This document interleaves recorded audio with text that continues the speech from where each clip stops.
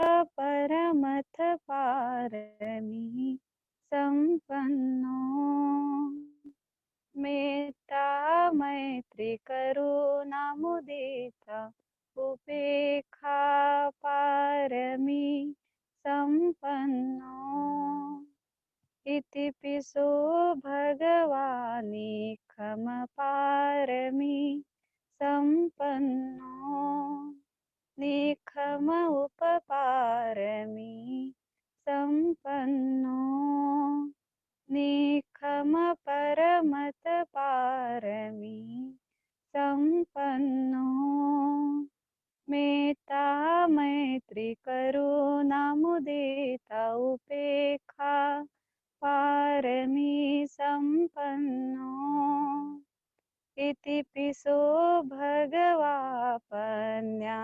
पारमी संपन्नो पन्या उपपारमी संपन्नो पन्या परमथ पारमी संपन्नो मेत्ता मैत्री करुणा मुदिता उपेक्षा पारमी संपन्नो इति पिसो भगवा वीर्य पारमी संपन्नो वीर्य उपपारमी संपन्नो वीर्य परमथ पारमी संपन्नो मेत्ता मैत्री करुणा मुदिता उपेक्षा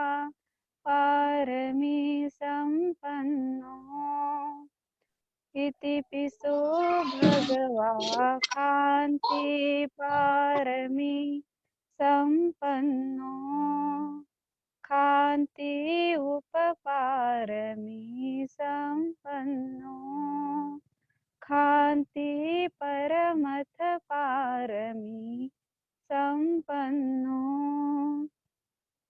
मेत्ता मैत्री करुणा मुदिता उपेक्षा पारमी संपन्नो इति पिसो भगवा सच्च पारमी संपन्नो सच्च उपपारमी संपन्नो सच्च परमथ पारमी संपन्नो मेत्ता मैत्री करुणा मुदिता उपेक्षा पारमी संपन्नो इति पिसो भगवाधिष्ठान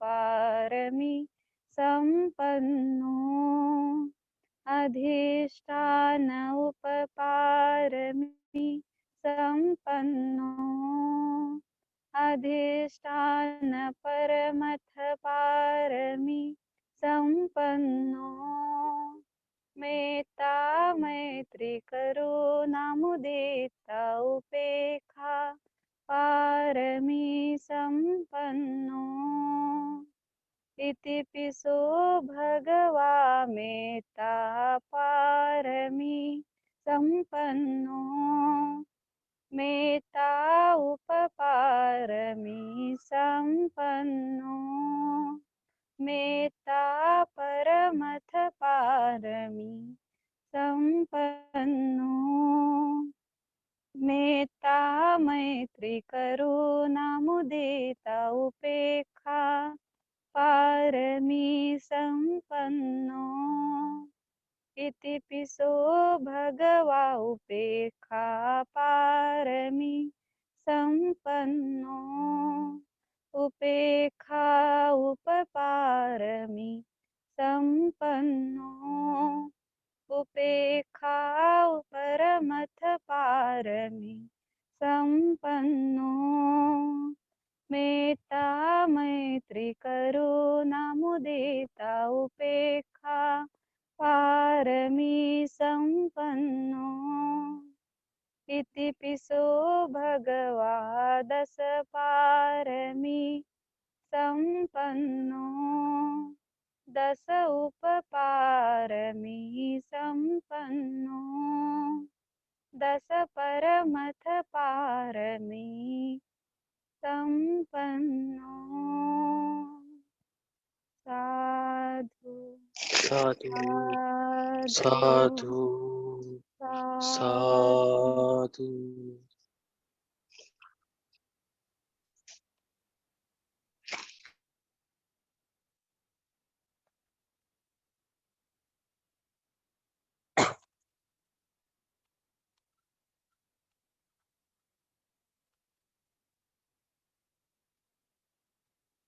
ओके. तर आज तुमच्या लक्षात आलंच असेल की आपण 10 पारमिता या विषयावर बोलणार आहोत. सर्वांना माहिती आहे की 10 पारमिता जनरली नावं सर्वांना माहिती असतील, जसं की दान आहे, शील आहे, वीर्य आहे, निक्कम आहे, नैष्कर्म, खांती आहे, उपेक्षा आहे, मैत्री आहे, अशा एकूण 10 पारमिता आहेत. जर आपल्याला खरंच आपण रिअल प्रॅक्टिशनर असणार आणि आपला जो प्रवास आहे या संसाराचा, या जन्माचा, हा जर आपल्याला थांबवायचा असेल तर आपल्याला ह्या 10 पारमिता पूर्ण केल्याशिवाय कुठलाही एक मार्ग नाही आहे. की असं कोणी म्हणू शकणार नाही की ओके, मी या 10 पारमितापैकी काही पारमी पूर्ण करून अरहंत पद प्राप्त करू शकेल, किंवा मी ह्या 10 पारमिता पूर्ण न करता मी हे काम करून अष्टांग मार्ग पालन करून समाधी मार्गाचा अवलंब करून मी अरहंत पद प्राप्त करेल, असं नाही आहे. इव्हन की स्वतः आपल्या सम्मा संबुद्धांना पण आणि जितकी काही अरहंत भिक्खू आहेत त्या सर्वांना ह्या ज्या पारमिता आहे याच्यामधून जावं लागलं.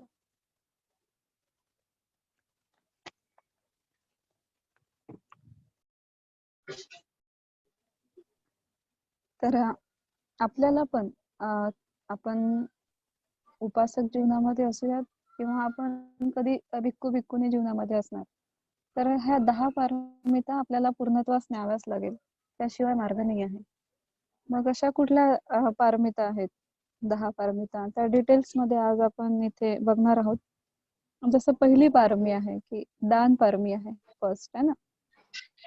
तर दान म्हणजे नेमकं काय की जनरली आपण म्हणतोय की धम्मदान असा शब्द प्रचलित आहे आपल्या इकडे इंडियामध्ये.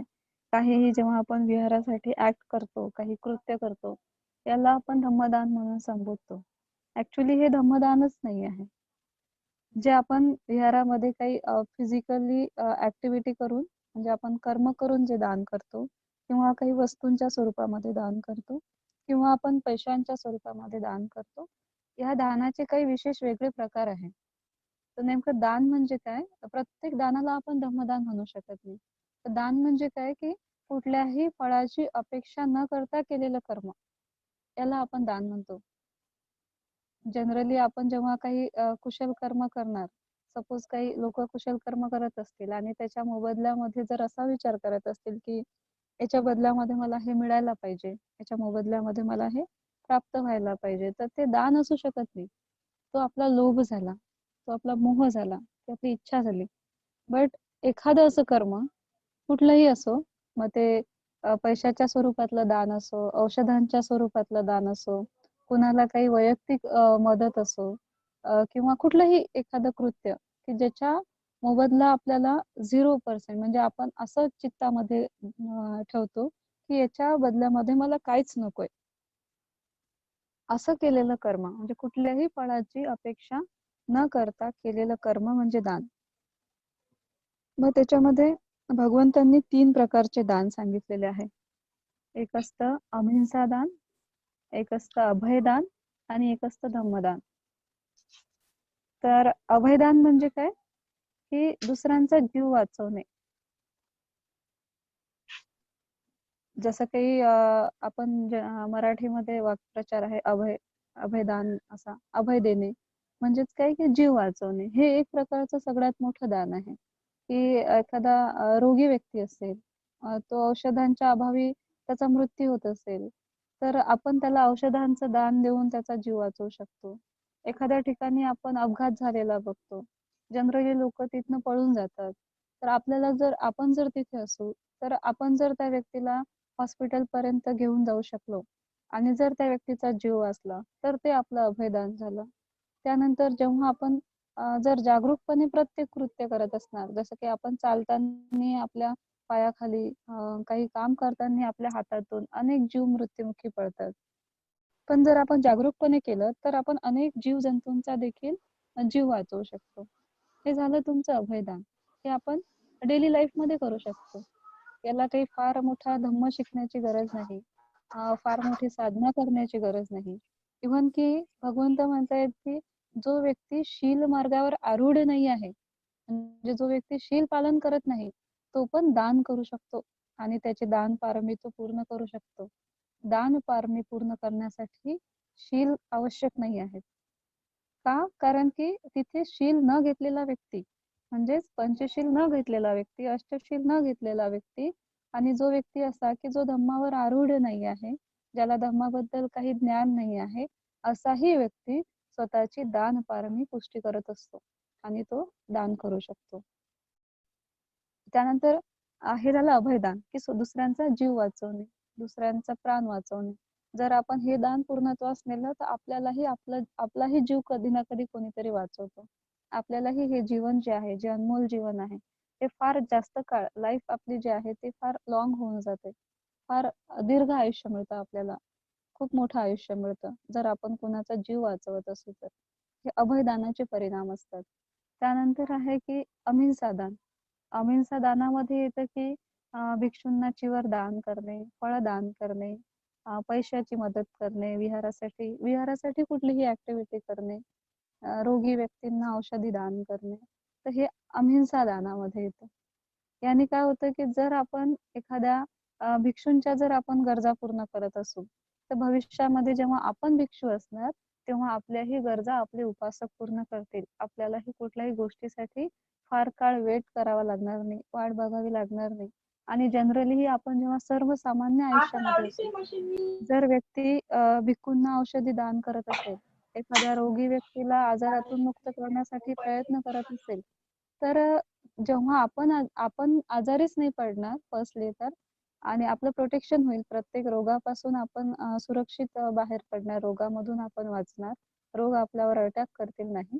त्यानंतर जर आपण भिक्षूंना अन्न, वस्त्र, निवारा ह्या गोष्टी जर प्रोव्हाइड केल्या, तर आपणही आपल्या सांसारिक जीवनामध्ये त्या तिन्ही गोष्टीचा लाभ प्राप्त करू शकतो फार मोठ्या प्रमाणात. त्यासाठी आपल्याला फार धावपळ करायची गरज पडणार नाही आयुष्यामध्ये. आपण बघत असतो जनरली आपल्या अवतीभोवती की असे बरेच लोक आहे की जे जेवणासाठी त्यांची स्ट्रगल असते, राहण्यासाठी स्ट्रगल असते, कपड्यांसाठी त्यांची स्ट्रगल असते. आताच्या ह्या परिस्थितीमध्ये आपण कितीतरी असे मजूर, बेसहारा लोक रस्त्यावर, उघड्यावर राहताना बघितलेले, की त्यांना जेवण पण नव्हतं, त्यांना राहण्यासाठी घर पण नव्हतं, त्यांच्याकडे पैसा पण नव्हता, त्यांच्याकडे कुणाची मदत पण नव्हती. तर अशा परिस्थितीमध्ये आपण अडकणार नाही, कधीच नाही, ना या जन्मात ना आपल्या निर्वाणापर्यंत, जर आपलं अहिंसा दान परफेक्ट असेल, जर आपण अहिंसा दान करत असू.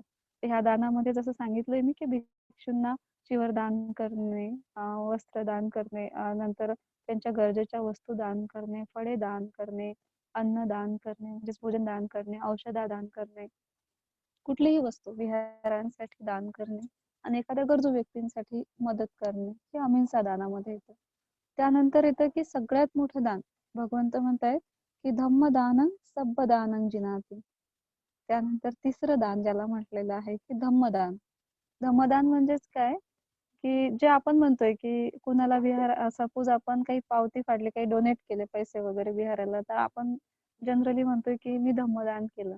ऍक्च्युली ते धम्मदानामध्ये येत नाही, ते अहिंसा दानामध्ये येतं. पण जेव्हा आपण इतरांना धम्म शिकवतो, तर त्याला म्हणतात धम्मदान. म्हणजेच बुद्धांची शिकवण जशीच्या तशी इतरांपर्यंत पोहोचवणे, इतरांना शिकवणे, त्याला आपण धम्मदान म्हणतो. तर हे सगळ्यात मोठं दान आहे असं भगवंत म्हणतात. की जसं आता भिक्षू लोक आहेत, ते ना कुणाला औषधांचं दान सपोज करू शकत नाही, पैशांचं दान करू शकत नाही, भोजन दान करू शकत नाही, पण तरी देखील त्यांचं दान श्रेष्ठ असतं आपल्यापेक्षा. का? कारण की ते भगवंतांचा धम्म आपल्याला शिकवत असतात. म्हणून ते दानाची सर्वोच्च पायरी गाठत असतात. म्हणूनच भगवंतांनी म्हटलेलं आहे की धम्मदानं सब्बदानं जिनाती. सर्व दानामध्ये जर कुठलं दान श्रेष्ठ असेल तर ते धम्मदान आहे.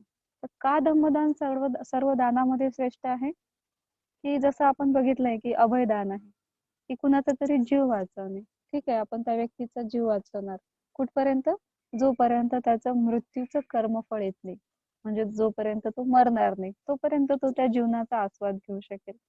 त्यानंतर आपण एखाद्या व्यक्तीला जर आपण भिक्खूंना सपोज व्यक्तींना आपण पैशाची मदत केली, आपण फळ दान दिले, औषधी दान दिलं, अन्न दान दिलं, वस्त्र दान दिलं, निवारा दान दिला, राहण्यासाठी जागा दान दिली, तर ह्या दानाचा उपयोग तो व्यक्ती कुठपर्यंत करू शकेल? जोपर्यंत तो जिवंत आहे. परंतु ज्या दिवशी तो मरण पावणार त्या दिवशी ते दान तो आपल्या सोबत घेऊन जाऊ शकतो का? नाही घेऊन जाऊ शकत. मृत्यूनंतर म्हणजे त्या व्यक्तीच्या मृत्यूनंतर आपण दिलेलं जे दान आहे ते नष्ट होऊन जातं. परंतु जर आपण कुणाला धम्म शिकवत असणार तर हे जे धम्मदान आहे, हे जे बुद्धांची शिकवण आहे, हे त्याच्या चित्तामध्ये सेव्ह होऊन जाते, त्याच्या मनामध्ये सेव्ह होऊन जाते. आणि मन काय करत असतं? पुन्हा पुन्हा पुन्हा पुन्हा या भावचक्रामध्ये उत्पन्न होते. म्हणजेच त्याच्या निर्वाणापर्यंत आपलं जे बुद्धांची शिकवण आहे त्याच्या चित्तामध्ये सेव्ह होते, त्याच्या मनामध्ये सेव्ह होते. आणि त्या धम्मदानाचा उपयोग तो व्यक्ती त्याच्या निर्वाणापर्यंत करू शकतो. तर बघा हे दान किती श्रेष्ठ आहे. म्हणून आपल्याला जितकाही धम्म माहिती असेल, एखादी लाईन जर आपण शिकत असू, एखादी प्रॅक्टिस आपण धम्माची शिकत असणार, ध्यान शिकत असणार, तर हे इतरांना शिकवणे हे सर्वात मोठं दान आहे. या दानाची बरोबरी कधीच कोणी करू शकत नाही. इतकं श्रेष्ठ दान आहे आणि ते आपल्याला आपल्या निर्वाणापर्यंत सरळ घेऊन जाते. इतकं श्रेष्ठ आहे धम्मदान. तर या 3 प्रकारे आपण काय करू शकतो? दान करू शकतो. तर त्यासाठी मी सांगितल्याप्रमाणे की फार मोठा धम्म माहिती असणे गरजेचं नाही. छोट्या छोट्या गोष्टीमधून आपण ही डेलीची प्रॅक्टिस करायची. याने काय होणार आहे? आपल्यामध्ये लोभ कमी होतो ऑटोमॅटिकली.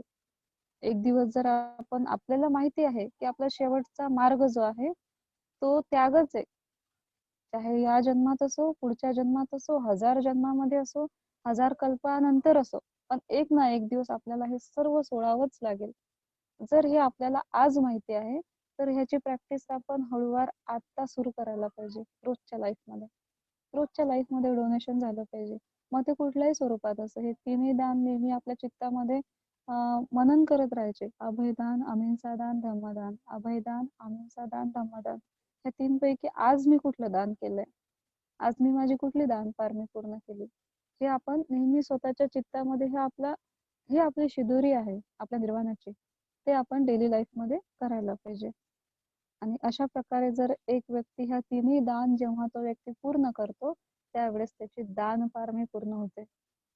आपण बुद्ध काळापासून बघितलेलं आहे की बुद्धांनी स्वतःचा जो धम्म आहे तो धम्म बुद्धांनी सांगितलेलं आहे की माझा जो संघ आहे, माझा जो धम्म आहे, माझं जे शासन आहे बुद्ध शासन, हे दानावर जिवंत असेल भविष्यामध्ये. धम्म तर आहेच, संघही आहे आणि धम्म आहेत म्हणजे बुद्ध आहे. बट या धम्माला जर कशाचा म्हणजे आर्थिक आधार जो पाहिजे राहील तर तो दानावर असेल. नाही कुणा एका व्यक्तीवर माझा धम्म जिवंत राहणार नाही.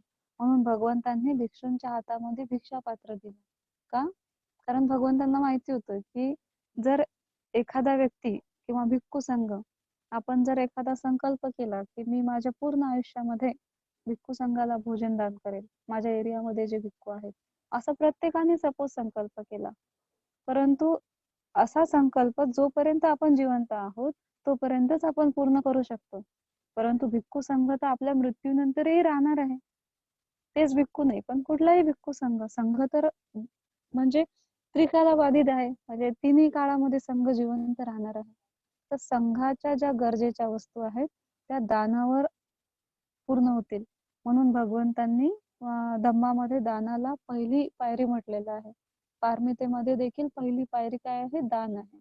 हे जर आपला संघ धम्म जर आपल्याला आपल्या परिसरामध्ये, या पूर्ण वर्ल्डमध्ये, या पूर्ण जगामध्ये जिवंत ठेवायचं असेल तर हे आपण फक्त दानावर जिवंत ठेवू शकतो. कुठलाही एक व्यक्ती एक व्यक्ती ह्या धम्माला, या संघाला स्वतःच्या बलबुत्यावर जिवंत ठेवू शकत नाही, अजरामर करू शकत नाही. कारण की आपण जोपर्यंत जिवंत आहे तोपर्यंतच आपण त्यांची मदत करू शकणार. पण जर सर्वांच्या चित्तामध्ये दानाबद्दल जर भावना उत्पन्न झाली तर संघाला कधीच कशाची कमी पडणार नाही. बुद्ध शासनाला कधीच कशाची कमी पडणार नाही. आज भारतामध्ये जी धम्माची स्थिती आहे ती म्हणजे धम्माची प्रचार प्रसाराची स्थिती आहे ही फार कमी झालेली. का? कारण की लोकांच्या चित्तामधली जी दानाची भावना आहे ती कमी झाली आहे सध्या. प्रत्येक जण लोभाच्या मोहपाशामध्ये अडकलेला आहे. प्रत्येक जण स्वतःचा, आपल्या फॅमिलीचा आणि त्यानंतर आपल्या फॅमिलीचा विचार करतो आणि त्याच्यामध्ये जीवन जगतो. कधीच आपल्या चित्तामध्ये हा विचार उत्पन्न होत नाही की जोपर्यंत मी जिवंत आहे तोपर्यंत बुद्ध शासन कसं प्रबळ राहील, बुद्ध शासन कसं मजबूत बनेल.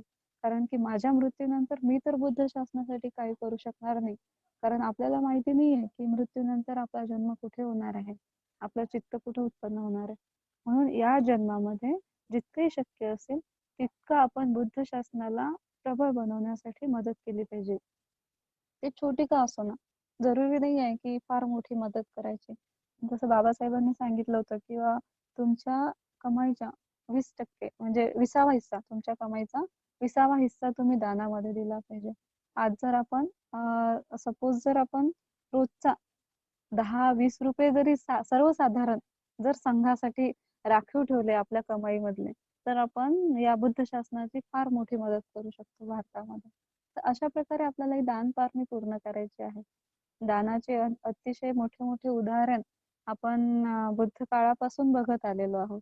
इव्हन की स्वतः भगवंतांना देखील राजा बिंबिसारांनी जेव्हा भोजनदान ऑफर केलं होतं, पहिलं दान दिलं होतं, तर तेव्हा हे राजा बिंबिसार आणि बिंबिसार आणि त्यांचे वडील शुद्धोधन हे भगवंतांचे वडील, सिद्धार्थ गौतमांचे वडील हे फार चांगले मित्र होते. तर जेव्हा राजाने बघितलं की सिद्धार्थ गौतमांनी गृहत्याग केलेला आहे, सोन्याच्या पात्रामध्ये भोजन करणारा हा तरुण आज एका भिक्षापात्रामध्ये भोजन स्वीकारत आहे, लोकांनी जे वाढलं ते तो खात आहे. तर अशा वेळेस राजांनी भगवंताला याचना केली की भगवंता, तुम्ही असं भिक्षापात्रामध्ये आणि असं म्हणजे लोकांनी दिलेलं अन्न असं मिक्स करून खाऊ नका म्हणे. तुम्ही, तुमचा संघ आणि तुम्हाला मी तुमच्या मरुस्तर भोजनदान ऑफर करतो, भोजनदान देतो. तुमच्या सगळ्या गरजा मी एकटा पूर्ण करतो म्हणे. तरी पण तुम्ही या भिक्षापात्रामधलं भोजनदान त्यागून माझं भोजनदान जीवनभरासाठी स्वीकार करा. त्यावेळेस भगवंतांनी त्या राजाला फार सुंदर उत्तर दिलं होतं की हे राजा, तुम्ही हे माझं भिक्षापात्रच माझ्या भिक्खूंचं उद्याचं भोजनदान आहे म्हणून. कारण की जोपर्यंत तुम्ही जिवंत आहात तोपर्यंतच तुम्ही माझ्या संघाला भोजनदान देऊ शकणार. पण तुमच्या मृत्यूनंतरही माझा संघ तेवढ्याच म्हणजे याच्या 10 पटीनं वाढणार. माझा संघ जिवंत राहील आणि माझा संघ कुठल्याही एका व्यक्तीच्या भोजनदानावर कधीच जिवंत राहू शकणार नाही. त्यासाठी माझ्या भिक्खूंचं भोजनदान म्हणजे त्यांचं भिक्षापात्र आहे. भिक्षापात्र जर भिक्खूंच्या हातामध्ये असेल तर ते कुठेही कधीही चारिका करून भोजन स्वीकारू शकतात, भोजन घेऊ शकतात, स्वतःची म्हणजे भूक भागवू शकतात, है ना. तर त्यानंतर अनाथ पिंडकांचं उदाहरण आहे. अनाथ पिंडकांनी स्वतःच्या मृत्यूपर्यंत भगवंतांना दान देत गेले. तर एक दिवस असा आला होता अनाथ पिंडकांचा की जेव्हा ते वृद्धपकाळामध्ये म्हणजे त्यांचा मृत्यूचा वेळ जेव्हा आला त्या क्षणी त्यांच्याकडे 1 रुपयाची पण संपत्ती नव्हती. पूर्णच्या पूर्ण संपत्ती त्यांनी भगवंताला दान दिली होती, भिक्खू संघाला दान दिली होती. नेहमी ते कंटिन्यू कन्स्ट्रक्ट करत असत, जिथे जिथे भगवंत राहण्याची इच्छा व्यक्त करत वर्षवासासाठी, तेव्हा हजारो भिक्खूंची राहण्याची, जेवणाची, त्यांच्या चिवरची, त्यांच्या औषधांची सर्वच्या सर्व व्यवस्था अनाथ पिंडक करत असत. तर त्यांच्या मृत्यूच्या वेळेस असं झालं होतं की त्यांच्याकडे काहीच पैसे नव्हते, काही संपत्ती नव्हती. तर अशा वेळेस अनाथ पिंडक काय करायचे की एक दोन्ही हातामध्ये माती घ्यायचे आणि जिथे भगवंत राहत असत त्या वनामध्ये जाऊन भगवंताला वंदन करायचे आणि ते हातामधली माती तिथल्या त्या जंगलामधल्या झाडांना टाकत असत. तर लोक हसायचे अनाथपिंडकावर की अनाथपिंडक पागल झाला म्हणे. वृद्धकाळामध्ये अनाथपिंडक पागल झाला. काय की याच्याकडची सर्व संपत्ती गेली म्हणे आता. यांनी सगळं संघाला आणि भगवंताला दान देऊन टाकलं. आता याच्याकडे काहीच संपत्ती नसल्या कारणामुळे हा पागल झाला म्हणे आणि रोज भगवंताकडे जातो आणि हातामध्ये माती घेऊन जातो म्हणे भगवंताला दान म्हणून. हे काही दान झालं का म्हणे? लोक भगवंतासाठी काय काय दानामध्ये आणतात आणि अनाथपिंडक भगवंतासाठी माती घेऊन जातो दानामध्ये. तर हे चर्चा जी आहे अनाथपिंडकांची हे भगवंतांपर्यंत येते. त्यावेळेस भगवंत एका धम्मदेशनेमध्ये सर्वांना उपदेशून सांगतात की आजच्या काळामध्ये बुद्ध शासनासाठी सर्वात मोठं जे दान आहे ते अनाथपिंडकांचं आहे. त्यावेळेस सगळे आश्चर्यचकित होऊन बघतात की अनाथपिंडकांचं दान कसं काय श्रेष्ठ असू शकतं. तर भगवंत म्हणतायत की आजपर्यंत तर त्यांनी भिक्खू संघासाठी जीवन समर्पित केलंच. स्वतःची पूर्णच्या पूर्ण संपत्ती संघाला दान केली आणि आता मृत्यूच्या क्षणी जेव्हा त्यांच्याकडे काहीच नाही तर त्यावेळेस ते दोन्ही हातामध्ये माती आणतात आणि जिथे भगवंत वास करतात त्या ठिकाणी ते जे छोटे छोटे फळांचे रोपटे लागलेले आहे त्या बुंध्याशी ते माती टाकतात. याच्या मागे काय कारण आहे म्हणे?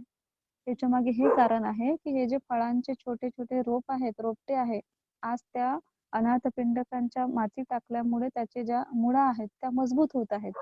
त्याला आधार मिळतोय आणि उद्या ते रोपटे वाढतील त्याचं वृक्षामध्ये परिवर्तन होईल आणि नंतर मग त्याला जितकी फळं येतील त्या प्रत्येक फळामध्ये त्या प्रत्येक फळाच्या बीज मध्ये अनाथपिंडकांचं दान असेल. त्याच्या चित्ताची किती मोठी त्याच्या चित्ताची कुशलता आहे म्हणे की त्याच्या चित्तामध्ये किती मोठा विचार उत्पन्न झालेला की माझं दान कुठपर्यंत असेल. तर अजूनही जिथे जिथे भगवंतांचं वास्तव्य होतं 2500 वर्षापूर्वी त्या ठिकाणी जितके काही फळांचे वृक्ष आहे तर असं म्हणतात किंवा अजूनही अनाथपिंडकांचं दान तिथे अजरामर आहे. कारण की ते जे जे कोणी ते फळं खाल्ले असतील त्या बीज जिथे पडल्या असतील त्यापासून नवीन रोपटे उत्पन्न झाले असेल तर त्या प्रत्येक बीज मध्ये अनाथपिंडकांचं दान आहे. किती मोठी त्यांची उदारता होती. तर अशाच प्रकारे आपल्याही चित्ताची उदारता ठेवून आपण आपली दान पारमी ह्या आयुष्यामध्ये पुष्टी केली पाहिजे. त्याला म्हणतात दान पारमी. त्यानंतर दुसरं आहे की शील पारमिता. शील पारमिता बद्दल सर्वांनाच माहिती आहे मोस्टली आणि या आधीच्या धम्मटॉक मध्ये आपण त्याच्याबद्दल फार डिटेल्स मध्ये शिकलो होतो. मी सांगितलं होतं बट तरी आज काही नवीन लोक जे जॉईन झालेले तर त्यांच्यासाठी थोडक्यामध्ये सांगते की मनुष्य जन्मामध्ये आपल्याला अरहंत होण्यासाठी ही दुसरी पारमी देखील तेवढीच महत्वाची आहे. दान पारमितेनंतर शील पारमी. तर शील म्हणजे काय? हॅबिट, सवयी. ज्या सवयी आहेत आपल्याला रोजच्या जीवनामधल्या सवयी मग त्या सवयी चांगल्या असो किंवा वाईट असो त्याला शील असं म्हणतात. शील ह्या पाली शब्दाचा अर्थच असा होतो की हॅबिट, सवय. तर शीलाचे दोन प्रकार पडतात. एक असतं कुशलशील आणि अकुशलशील.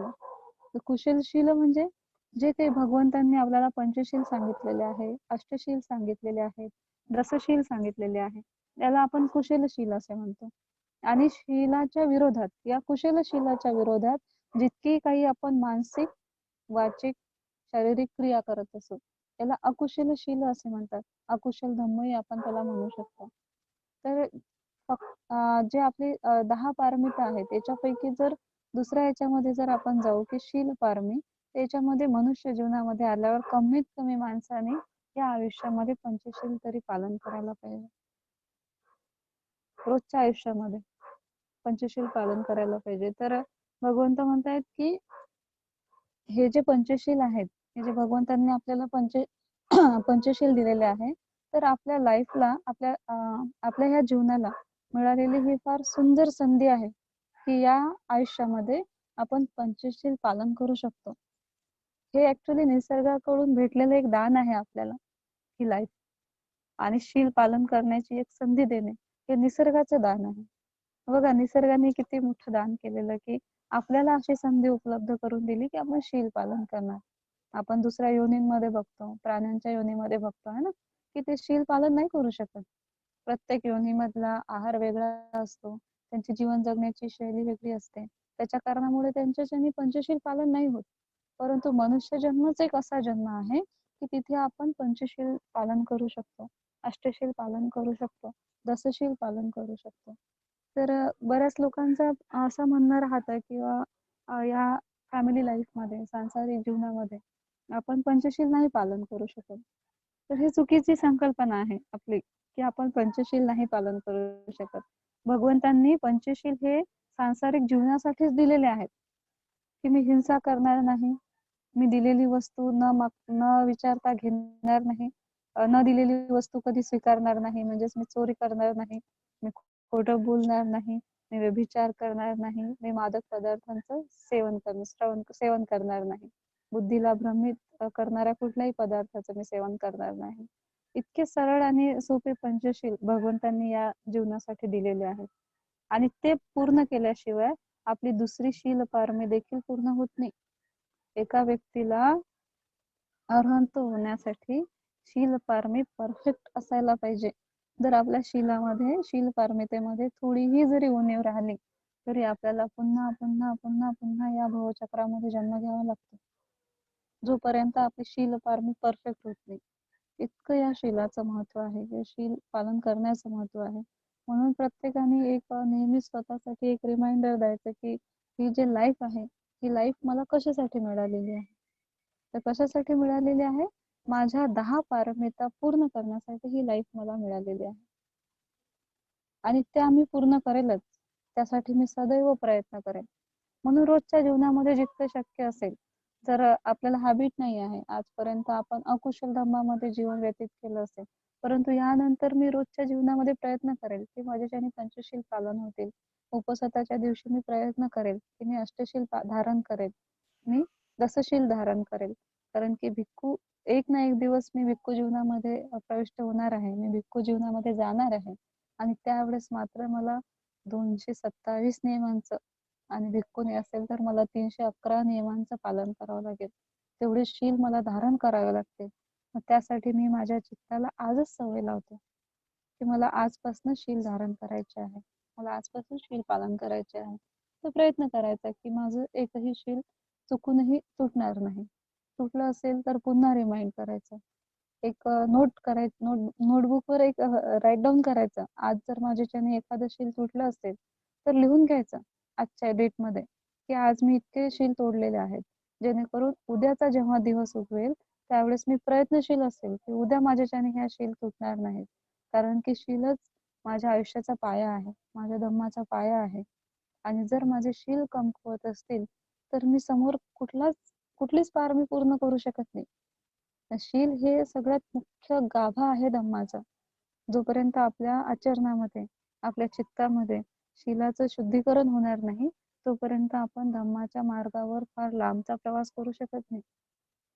जर आपल्याला अरहंतांचा प्रवास करायचा असेल, आज आपण तोच शिकत आहोत की आपला प्रवास आजचा जो आहे, आजच्या धम्मदेशनेचा कशाचा आहे की अरहंतांचा प्रवास आहे. मग जर आपण अरहंतासाठी प्रवास करत असू, अरहंत होण्यासाठी प्रवास करत असू, तर आपलं शीलही तेवढंच परफेक्ट होणं फार आवश्यक आहे. आणि ते कितीतरी हजारो कल्पांपासून आपण ते शील परिपक्व करत आहोत. बुद्धांच्या आईला पण, इव्हन स्वतः बुद्धांना पण स्वतःचे शील पारमी प्रत्येक जन्मामध्ये पूर्ण करावी लागली. आणि तेव्हा कुठं ते बोधिसत्वापर्यंत पोहोचू शकले. आणि त्यानंतर त्यांचा बुद्धत्वाचा प्रवास सुरू झाला.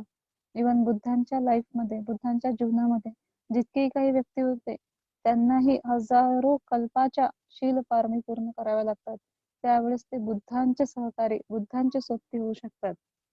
जसं की मागे मी सांगितलं होतं एकदा की बुद्धांची आई होण्यासाठी किती मोठी शील पारमी पूर्ण करावी लागते. की जी स्त्री, मी एक्झॅक्ट नाही सांगू शकणार, बट तरी मला वाटतं की 1000 कल्पाची शील पारमी पूर्ण करेल ती स्त्री फक्त बुद्धांना जन्म देऊ शकते. तिच्याच गर्भामध्ये ती ताकद येते की ती बुद्धांना जन्म देणार. हे किती महत्वाचं आहे शील. आणि त्या स्त्रीला हे माहिती असतं की बुद्धांना जन्म दिल्यावर मी 7व्याच दिवशी मरण पावणार आहे. कारण की जी स्त्री बुद्धांना जन्म देते तिची शील पारमी परिपक्व करून तर त्यानंतर तिला कोणीही अपवित्र करू शकत नाही. त्यासाठी प्रत्येक बुद्धांच्या आईला 7व्या दिवशी मरण पावावं, म्हणजे प्रत्येक बुद्धांच्या आईला 7व्या दिवशी मरण स्वीकारावं लागतं आणि प्रत्येक बुद्धांच्या आई 7व्या दिवशी मरण पावते. आणि तरी देखील त्यांचं ते शील जे आहे ते परफेक्ट ठेवतात.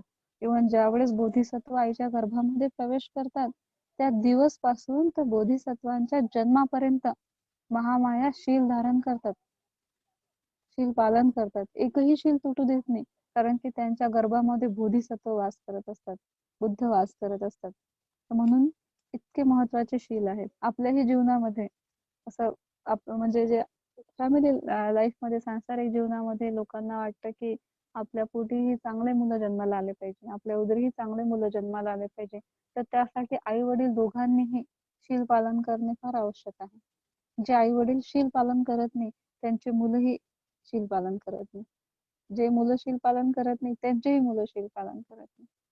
जर तुम्हाला वाटत असेल खरंच आपल्या मुलांनी धम्मावर आरूढ व्हायला पाहिजे, तर स्वतः आपण आरूढ व्हायला पाहिजे. आपल्यामध्ये जेव्हा शील येतील तेव्हा ऑटोमॅटिकली आपले मुलं शील पालन करतील. तर म्हणूनच ज्या दिवशी इव्हन बोधिसत्वांनी आईच्या गर्भामध्ये प्रवेश घेतला त्या दिवशी देखील शुद्धोधन आणि महामाया यांनी पंचशील धारण केलं होतं आणि त्या दिवशी त्यांनी शील पालन केलं होतं. पूर्ण दिवस त्यांची शील पारमी त्यांनी पूर्णत्वास नेली.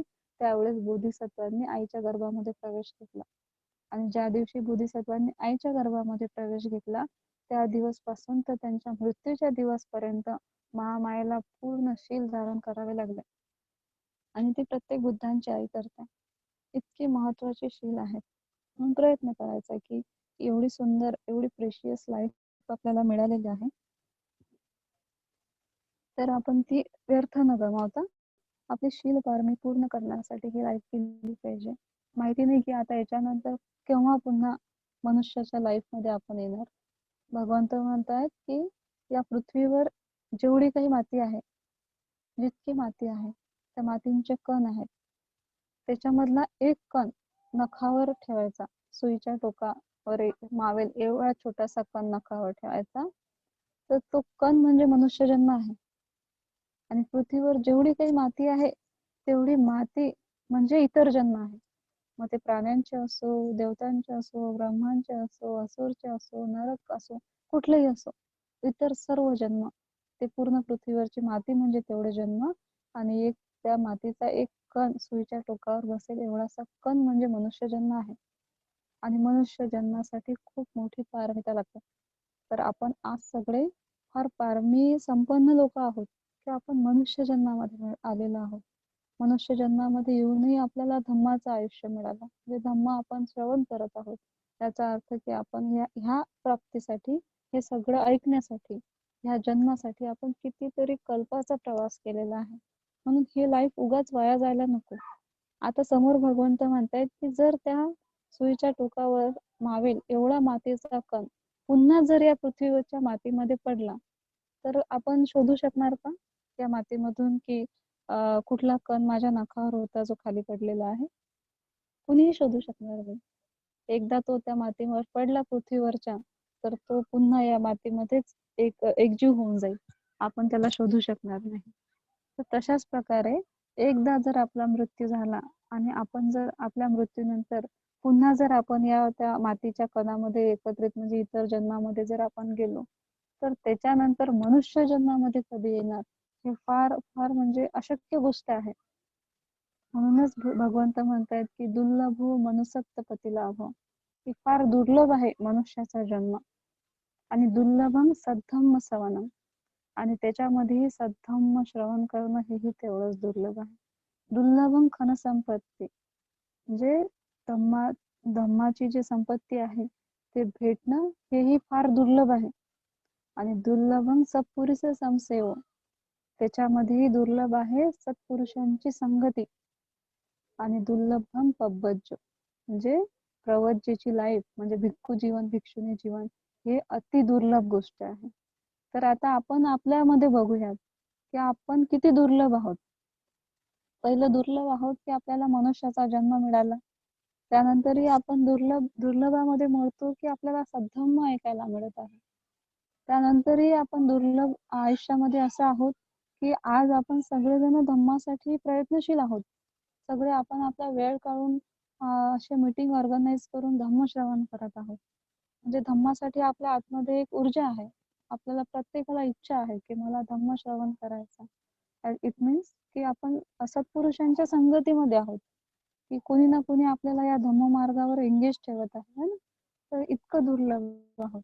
आणि त्यानंतर आहे दुर्लभ पब्बत, की आपल्याला भविष्यात याचं जे फ्रूट आहे, याचं जे फळ आहे, या झाडाला लागणारं जे फळ आहे, ते एक दिवस आपण भिक्षू आणि भिक्खुनी जीवनामध्ये असणारच आहोत. त्याच्यामध्ये काहीच डाऊट नाही. तर इतकं दुर्लभ हे लाईफ आहे. तर त्यासाठी या दुर्लभ लाईफमध्ये आपण शील धारण करायला पाहिजे आणि आपल्या धम्माचा जो पाया आहे तो मजबूत करायला पाहिजे. ज्यांचं शील मजबूत असेल मग त्यांच्या समोरच्या पारमिता ह्या इझी होऊन जातात. तर यानंतर आपण तिसरी पारमी बघणार आहोत. तिसरी पारमिता म्हणजेच की निख्खम. निख्खम पारमी. निख्खम म्हणजे त्याग, रिलिंक्विशमेंट, कोणत्याही गोष्टीचा त्याग करणं. जसं सम्मा संकल्प आर्य अष्टांगिक मार्गामध्ये आहे ना एक सम्यक संकल्प आहे. त्याच्यामध्ये 3 संकल्प येतात, की निख्खम संकल्प, अहिंसा संकल्प, अव्यापाद संकल्प. तर त्याच्यामधील हे निख्खम संकल्प म्हणजे आर्य अष्टांगिक मार्गामध्ये देखील या पारमितेला जागा आहे. तिथे देखील भगवंतांनी त्या पारमितेला ठेवलेलं आहे, की किती इम्पॉर्टंट आहे की निख्खम संकल्प म्हणजे त्याग त्याग करणे कुठल्याही गोष्टीचा. जनरली आपण बघतोय की भिक्षू भिक्षुणींची लाईफ असते ना, की त्यांनी सर्वसामान्य आयुष्य त्यागलेलं असते. खूप मोठा त्याग आहे, कोणीही करू शकत नाही. म्हणूनच भिक्षू आणि भिक्षुणी हे आपल्यासाठी सदैव आदरणीय असतात, सन्माननीय असतात. संघ जो आहे, भिक्खू संघ जो आहे, तो त्रिकाला बाधित आहे, अकालिक आहे आणि नेहमीसाठी वंदनीय आहे. का वंदनीय आहे? आपण म्हणतोय की काही भिक्खू शील धारण करत नाही, काही भिक्खू शील धारण करत नाही. ते चुकीचं काम करतात, चुकीच्या ऍक्टिव्हिटीज करतात. असं आपण नेहमी म्हणत असतो किंवा बघतही असतो वातावरण. तरीही ते आपल्यापेक्षा श्रेष्ठ असतात. का? कारण की त्यांनी चिवर धारण केलेलं असतं. संघाचा एक भाग असते. त्यांनी लाईफ सर्वसामान्यांची लाईफ त्यागलेली असते. तर म्हणून भिक्खूंसमोर आपण नतमस्तक होतो, नम्र होतो. कारण की त्या भिक्खूंमध्ये आपण संघाला पाहतो. कुणाच्या संघाला पाहतो? बुद्धांच्या संघाला, की जो धम्म शिकवत आहे लोकांमध्ये. मग ते अपवाद आहेत की काही भिक्खू धम्मावर स्वतःचा आरूढ नाही आहे आणि लोकांनाही खरा धम्म ते शिकवत नाही आहे.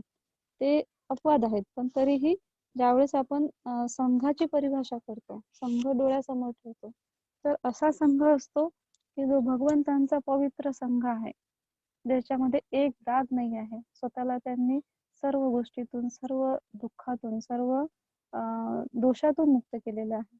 अशा संघाला आपण वंदन करत असतो. तर ते का त्यांना वंदन करतो? कारण की त्यांनी निख्खम पारमी कंप्लीट केलेली असते. का कंप्लीट केलेली? की त्यांनी फॅमिली लाईफ सोडलेली. मग जेव्हा आपण फॅमिली लाईफ मध्ये असतो, सांसारिक जीवनामध्ये असतो, मग तिथे याचा अर्थ असा होत नाही की आपण ही सांसारिक जीवन त्यागून आपण भिक्षू किंवा भिक्षुणीच झालं पाहिजे. याचा अर्थ असा नाही आहे. तर त्याचा अर्थ असा आहे की रोजच्या जीवनामध्ये आपण छोट्या छोट्या गोष्टी त्यागल्या पाहिजे. मग काय त्यागलं पाहिजे? जर आपल्याला काही वाईट सवयी असतील, हॅबिट्स असतील, ते आपण सोडल्या पाहिजे. असं हत्या करण्याची हॅबिट असेल, ती त्यागली पाहिजे. आपल्याला खोटं बोलायची सवय असेल, ते त्यागलं पाहिजे. आपल्याला चोरी करण्याची सवय असेल, ते त्यागली पाहिजे. आपल्याला मादक पदार्थ सेवन करण्याची सवय असेल, ते त्यागलं पाहिजे. आपल्याला आळस असेल, तो त्यागला पाहिजे. आपल्यामध्ये धम्माप्रती ऊर्जा नसेल, ते त्यागलं पाहिजे. आपल्यामध्ये लोभ असेल, तो त्यागला पाहिजे. आपल्यामध्ये मोह असेल, आसक्ती असेल, ते त्यागली पाहिजे. तर रोजच्या जीवनामध्ये छोटा छोटा त्याग करायचा, की जे गोष्ट सगळ्यात प्रिय आहे त्याला थोडं दूर करून ठेवायचं. आता सध्याच्या लाईफ मध्ये आपल्याला सगळ्यात प्रिय काय आहे? स्वतःची लाईफ तर आहेच आहे, त्याही पेक्षा प्रिय आहे मोबाईल. इथून सुरुवात करायची, कारण मोबाईलशी फार अटॅच आहोत आपण सगळे, है ना. तर मग एखाद दिवशी असं करायचं की मी 2 तासासाठी, सुरुवातीला 2 तासासाठी मी मोबाईलचा त्याग करेन, 3 तासासाठी मोबाईलचा त्याग करेन, दिवसभरासाठी मोबाईलचा त्याग करेन. म्हणजे म्हणजे जे स्ट्रॉंग हॅबिट आहे आपल्या शरीराची, आपल्या मनाची, ती कंटिन्यू ज्या गोष्टीसोबत आपण एंगेज असतो त्याच्यामधून आपल्याला काही एक प्राप्त होत नाही, अशा गोष्टी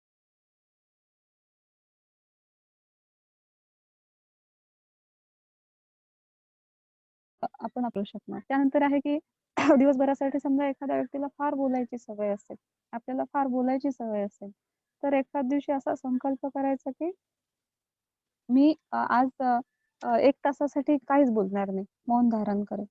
अशा पद्धतीने आपण आपली त्याग करू शकतो. कशाचा? बोलण्याचा त्याग करू शकतो. एखादी फार प्रिय गोष्ट असेल, वस्तू असेल, जे आपल्याला फारच त्याच्यासोबत आपण अटॅच आहोत आणि आपल्याला वाटतंय की ही वस्तू माझ्यापासून कधीच दूर नाही गेली पाहिजे. प्रयत्न करायचा की एखाद्याला डोनेट करून टाकायची. म्हणजे आपला जो लोभ आहे, त्या वस्तूबद्दलची जी अटॅचमेंट आहे, ती आपल्याला हळूवारपणे कमी करायची आहे. मग जितका त्रास होईल ते वस्तू जाण्याचा, तो सहन करायचा. आणि एक दिवस असं बघायचं की याच्यापेक्षा मोठी वस्तू मी एक दिवस त्याग करणार आहे. मग असं करत करत आपण एक दिवस अशा श्रेष्ठतेकडे येतो की आपण खूप काही गोष्टी त्यागू शकतो. जसं की भगवंतांनी त्यांचं इतकं मोठं साम्राज्य त्यागलं, आई वडील त्यागले, त्यांचा एवढा मोठा म्हणजे राजवाडा त्यागला, स्वतःची एवढी सुंदर पत्नी त्यागली, स्वतःच्या मुलाचा त्याग केला, सगळ्या गोष्टीचा त्याग केला.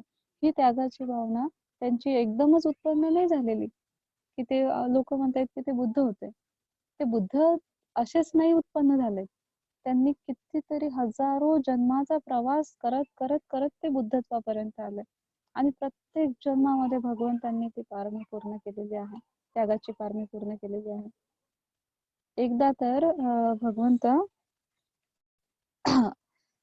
बोधिसत्व असतात, तर त्या बोधिसत्व असताना त्यांनी म्हणजे एकदम जन्म होतो त्यांचा, तर त्यांना त्यांचे पूर्ण पास्ट लाईफ आठवते.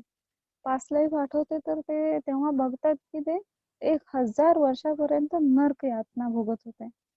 1000 वर्षापर्यंत पूर्ण पूर्ण नरकाच्या यातना भोगत होते. मग त्यांना दिसतं की हे मी का भोगलं आहे, याचं कारण काय? तर त्याचं कारण ते बघतात की ते राजकुमार असताना लोकांना, त्या राजकुमार असताना ते युद्ध करतात, लोकांची हत्या करतात, त्यानंतर लोकांना शिक्षा देतात. कारण राजांचं कर्तव्य असते की शिक्षा देणे, कोणी काही गुन्हा जर केला असेल तर. तर त्या शिक्षेच्या परिणामामुळे, त्या वाईट अकुशल कर्मामुळे त्या राजकुमाराच्या जन्मानंतर, त्या राजाच्या जन्मानंतर त्यांना नरकयातना भोगाव्या लागतात. कारण की त्यांनी हेट्रेड, द्वेषातून, रागातून काय केलेलं असते? हत्या केलेली असते, इतरांची अकुशल कर्म केलेले असते. बोधिसत्वांना समजतं की अरे, मी एक राजकुमार होतो आणि तिथे मी असं अकुशल कर्म केल्यामुळे मला हजारो वर्ष नरकामध्ये यातना सहन कराव्या लागल्या. आता मी पुन्हा माझे जेव्हा कर्म उपभोगून झाले, तेव्हा पुन्हा मी राजकुमार झाले. आणि आताही एक, आणि ते एकुलते एक राजकुमार असतात त्या राजाचे, तर मुलगा असतो. तर तेव्हाही आता मला काय होईल की आताही मला तेच काम करावं लागेल ह्या जन्मामध्ये. तर जन्मतः संकल्प घेतात ते की मी असं दाखवतो या राजाला की मी एक अपंग मुलगा आहे. ना उठू शकत, ना हालू शकत, ना बोलू शकत, ना स्वतः खाऊ शकत, ना काही. असं ते निश्चय करतात. आणि निश्चय केल्यानंतर ते पूर्ण काही गोष्टी त्याग करण्यासाठी, तर म्हणजे स्वतःचं जे वैभव आहे, राजवैभव आहे, ते त्याग करण्यासाठी ते असं दाखवतात स्वतःला 16 वर्षापर्यंत ते एकाच ठिकाणी पडून राहतात. मग ते सगळं त्यांचं सगळं ज्या डेलीच्या ऍक्टिव्हिटीज त्या सगळ्या एका ठिकाणी त्यांना भरवावं लागतं. त्यांची लॅट्रिन बाथरूम सर्व एका ठिकाणी होतं. तर त्याच्यामध्येच पडून राहतात आणि असं दाखवतात त्या राजाला की ते अपंग आहेत, ते काहीच करू शकत नाही. जसे काही ते मतिमंद मुलं असतात ना, अशा टाईप ते स्वतःला प्रेझेंट करतात राजासमोर. तर प्रेझेंट केल्यानंतर राजा पूर्ण वैद्य आणतो पुन्हा पुन्हा पुन्हा बोधिसत्वांना, म्हणजे त्या राजकुमारला चांगलं करण्यासाठी. पण ते चांगलेच असतात, त्याच्या कारणामुळे कुठलाच औषध त्यांच्यावर कामच करत नाही. असं करत करत ते 16 वर्षाचे होतात. राजा पूर्ण कंटाळून जातो आणि कंटाळून गेल्यावर राजा एक दिवस असं ठरवतो की आता मी याला दरीत टाकून द्या म्हणे. हा राजकुमार काहीच कामाचा नाहीये, याचं कोण करेल आणि हा माझं साम्राज्यही सांभाळू शकत नाही. ते एका रथामध्ये त्यांना बसवतात आणि त्या सेनापतीला सांगतात की याला जंगलामध्ये टाकून दे त्या मुलाला. तर जेव्हा ते रथ घेऊन जातात, त्याच्यामध्ये राजकुमार असतात आणि तो सेनापती असतो एक, तो रथ घेऊन जातो त्या राजकुमारला जंगलामध्ये टाकून देण्यासाठी, दरीमध्ये टाकून देण्यासाठी. रस्त्याने जात असतानाच तो रथ एका चिखलामध्ये फसतो. चिखलामध्ये फसल्यावर तो सेनापती फार प्रयत्न करतो तो रथ काढण्याचा, पण ते चाक एवढं फसतं की ते काही निघत नाही. तेव्हा हे राजकुमार त्या रथाच्या बाहेर निघतात. हे इतके स्ट्रॉंग, इतके बलवान असतात की जस्ट एका हाताने पूर्णच्या पूर्ण रथ उचलून बाजूला ठेवतात. हे दृश्य तर सेनापती बघतो. त्याला वाटतं की या जंगलामध्ये इथे कोणीच नव्हतं. हा व्यक्ती आहे तरी कोण की ज्याने माझा रथ उचललेला एवढा. एवढा मोठा रथ उचलून बाजूला इतक्या अलगदपणे उचलून ठेवला. आणि बघतात तर काय की तेच तो मुलगा आहे जो राजकुमार आहे ज्याला फेकण्यासाठी जंगलामध्ये नेत होते. तर त्यांच्यामध्ये इतकं बल कुठून आलेलं. तेव्हा तर सेनापती त्या राजकुमाराला विचारतात की तुम्ही तर अपंग होते, तुम्ही तर हलू पण शकत नव्हते, तुम्ही या 16 वर्षात कधी स्वतःच्या हाताने एक ग्लास पाणी पण नाही पिलेलं, तुम्ही इतका रथ कस काय उचलला? तर तेव्हा राजकुमार उत्तर देतात की मी फार बलवान आहे, मी फार शूर आहे, मला सर्व काही येतं, पण मी माझं आयुष्य म्हणजे धम्मासाठी त्यागलेलं आहे. मला संन्यास आश्रमामध्ये जायचंय. आणि जर मी माझ्या वडिलांना असंच सांगितलं असतं 16 वर्षाचं झाल्यावर किंवा लहानपणी की मला भिक्षू जीवनामध्ये म्हणजे संन्यासी आश्रमामध्ये जायचं आहे, तर त्यांनी मला कधीच होऊ दिलं नसतं. आणि पुन्हा मी एक राजा बनलो असतो. पुन्हा मी लोकांना त्याच शिक्षा दिल्या असत्या. पुन्हा मी या भवचक्रामध्ये अडकून राहिलो असतो. तर त्यासाठी मी असा संकल्प केला, असा त्याग केला म्हणे, की मी असं दाखवलं की मी अपंग आहे. राजकुमारला, राजाला. आणि म्हणून राजाने हा डिसिजन घेतला की मला टाकून द्यायचा. आता जाऊन तुमच्या राजाला सांगा की तुमचा मुलगा संन्याशी झालेला आहे आणि तो फार शूर आणि फार बलवान आहे. तर इतका मोठा त्याग आहे भगवंतांचा प्रत्येक जन्मामध्ये, एकाच जन्मामध्ये नाही. म्हणून आपणही या लाईफ मध्ये असताना आपणही आपल्या छोट्या छोट्या ज्या गोष्टी आहेत ते त्यागायला शिकलं पाहिजे. ज्या गोष्टीसोबत आपल्याला फार अटॅचमेंट आहे, फार लोभ आहे, मोह आहे, की त्याच्याशिवाय आपण राहू शकत नाही, त्या गोष्टी आपण रोजच्या लाईफ मध्ये त्यागायला सुरुवात केली पाहिजे. याने आपली दान पारमी पण पूर्ण होईल, आपली शील पारमी पण पूर्ण होईल आणि आपली त्याग पारमी म्हणजे निक्खम पारमी देखील पूर्ण होईल. त्यानंतर येतं की प्रज्ञा. तर प्रज्ञा काय आहे की विस्डम ज्याला आपण म्हणतो. तर काय होतं प्रज्ञा म्हणजे? लांब होतंय का एक्सप्लेनेशन सर्वांसाठी? ओके आहे ना?